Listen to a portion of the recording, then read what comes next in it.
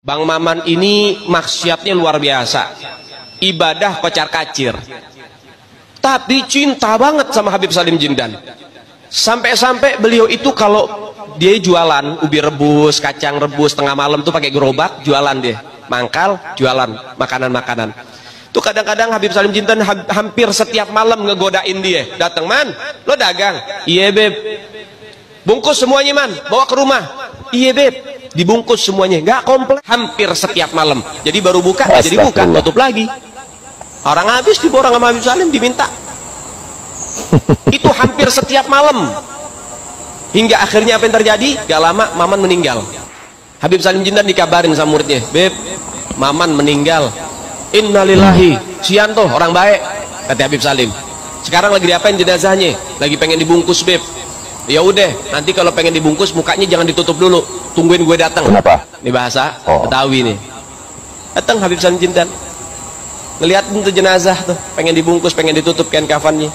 Beliau ambil kertas kecil, kertas kotak kecil, beliau tulis, ada yang ditulis sama beliau, ditaruh di bawah kepalanya si jenazah. Deh, tutup.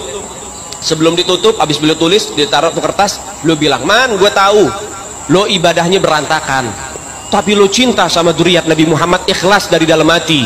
Nanti kalau malaikat munkar nakir datang nanya pertanyaan kubur, jangan lo jawab man, lo kasih surat dari gue, lo masuk surga tanpa hisab." Si Abah tadi mengatakan, tolong kepada muridnya, ambil itu tongkat daripada Prabu Siliwangi di Gunung Gede.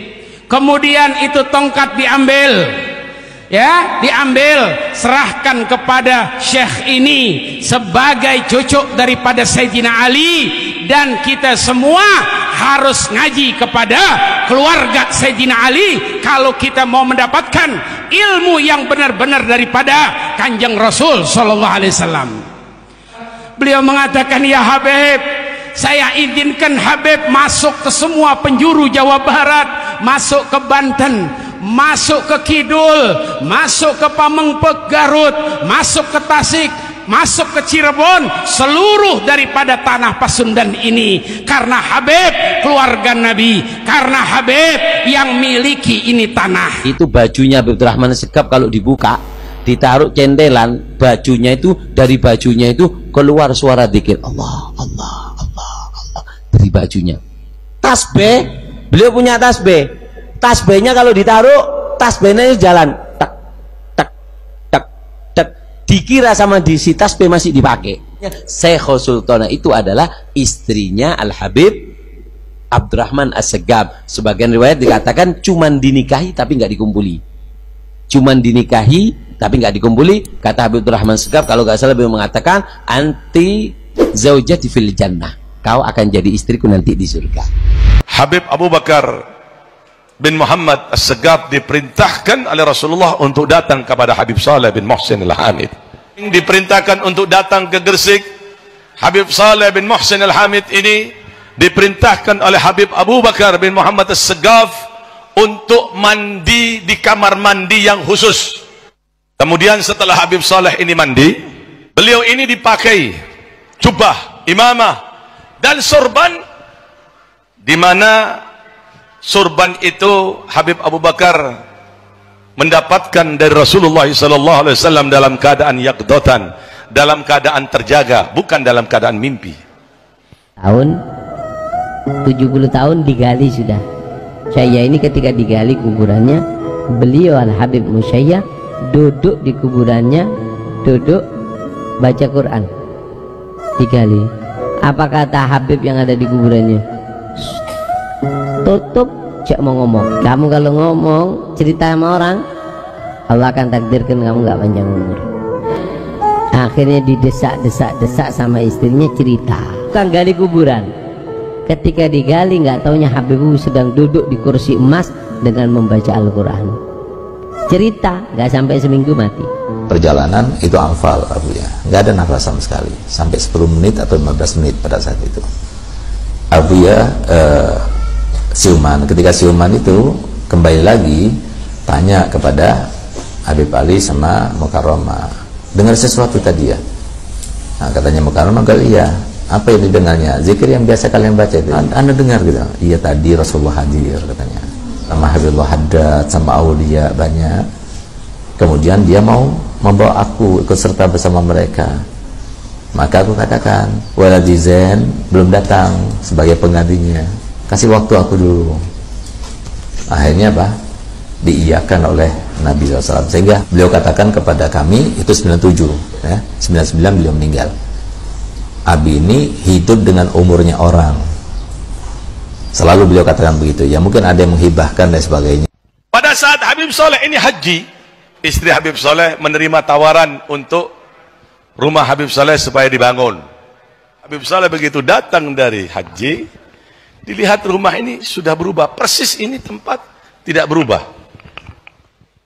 Habib Saleh bangga melihat, Masya Allah. Ditanya, loh ini kok lain Habib? Pertama antum tidak senang, kok sekarang ini lain Habib? Kata Habib Saleh, ya aku di Mekah diberi kabar oleh Rasulullah, ya Saleh rumahmu dibangun. Aku senang, karena Rasulullah senang maka aku pun senang. Naik perahu nyampe tengah laut, ombak keras. Ombak. Ketika ombak keras, orang alim mengatakan, uskun, jangan ada ombak, diem. Langsung lautnya itu nggak lagi ombak. Tenang. Sampai ada ikan kecil. Ikan kecil ngomong sama Imam Ibnu Arabi, hebat kamu Imam, cuman teriak seperti itu, ini ombak langsung diem. Habib Saleh menetap di Lumajang dan pindah ke Tanggul. Semua itu atas perintah dari Rasulullah Sallallahu Alaihi Wasallam. Karena Habib Saleh ini tidak bergerak apapun kecuali perintah dari Rasulullah. Sampai-sampai rumah ini dulu yang saya pernah baca di biografi Habib Saleh, terbuat dari bambu, tidak mau dibangun. Kata Habib Saleh, Rasulullah ini setiap hari datang kepadaku. Yang aku takutkan rumahku bagus, Rasulullah tidak datang lagi. Ikan ini mengatakan bahwasanya kamu mengatakan lautan dari ilmu. Saya mau tanya, bagaimana hukumnya seorang lelaki kalau jalan di tengah jalan, di situ dia ini musikha. Musikha itu dirubah dari satu bentuk ke bentuk yang lain. Ada orang jalan kepleset, mungkin ketepaan kena tongkat ajaib, yang satu jadi batu akik, yang satu jadi juko, jadi ikan. Yang anak mau tanya, ya, ente mau tanya apa? Najis ndak? Bukan. Anak mau tanya, hukumnya istrinya yang di rumah itu ya apa? Apa dia ini iddah atau ya apa? Hukumnya ya apa? Bingung Imam Ibnu Arabi. Gak ono nang kitab ini. Kalimat Sayyidina Syekh Abu Bakar bin Salim ketika mulai beliau ada malaikat pencatat amal kejelekan, diliburkan oleh Allah Subhanahu wa taala. Niki Habib Ahmad dugi bandara, pesawat niku mun ngeten. Ahmad As-Segaf ora wali, pesawatnya rak balik. Subhanallah Pak, saksi ini kathah Pak. Pesawat niku mundur Pak. Pesawatnya subhanallah mundur malih.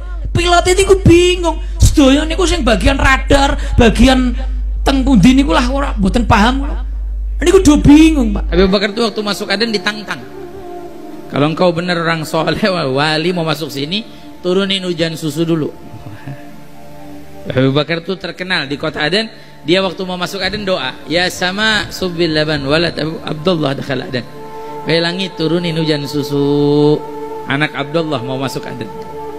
Karamahnya itu hebatnya. Seren. Dia nulis wasiat minta dimandiin jenazah sama orang kaya raya. Pas dibaca wasiatnya bingung orang kaya. Ini orang kaya kagak ngaji, kagak apa, gimana mandiin jenazah?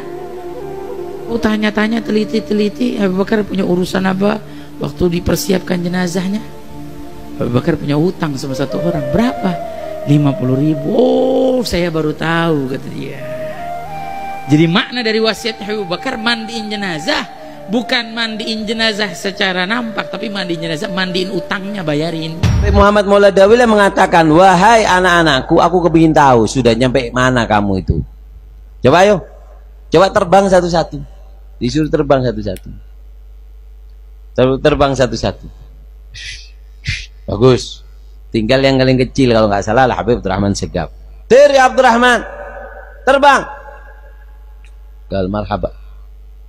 Takut anu bang. Terbang ditembus sampai atap rumahnya ditembus, jebol dus. Kemudian kata Habib Muhammad Mauladawi, ngerusak gitu. Turun. Tapi ya nggak ngomong rusak, nggak tambahan dari saya. Dus ditembus, kemudian turun, cukup, yuk, ngerusak atap kamu ini. Kemudian kata Habib Abdurrahman Segaf, demi Allah, kalau aku nggak dipanggil sama abahku, langit itu aku tembus. Dulu ada seseorang masuk ke kota Tarim, wali. Masuk ke kota Tarim, yang wali, subhanallah, Allah berikan keagungan daripada karomah mereka, sampai memberhentikan matahari. Matahari itu dibuat berhenti, agak lama asarnya. Kemudian ada perempuan kota Tarim keluar dari jendela yang mengatakan, gal ya fulan, fakka syams, lepaskan itu yang namanya mataharinya, kita lagi puasa ahli Tarim, nanti kelamaan ini puasanya, lepaskan. Subhanallah, ini wali langsung tahu dilepaskan, sehingga subhanallah.